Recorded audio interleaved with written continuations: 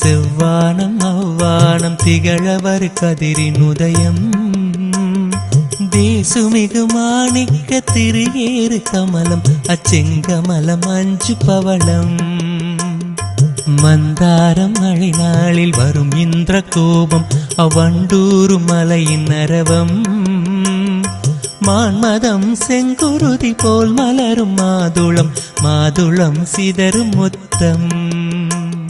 செந்தீயின் வண்ணமெனவே சொல்லும் மேனியும் செப்பரிய அழகு வடிவும் சிங்காதனத்திலும் சிவனார் மனத்திலும் சீர்கொண்டு இலங்கும் எனினும்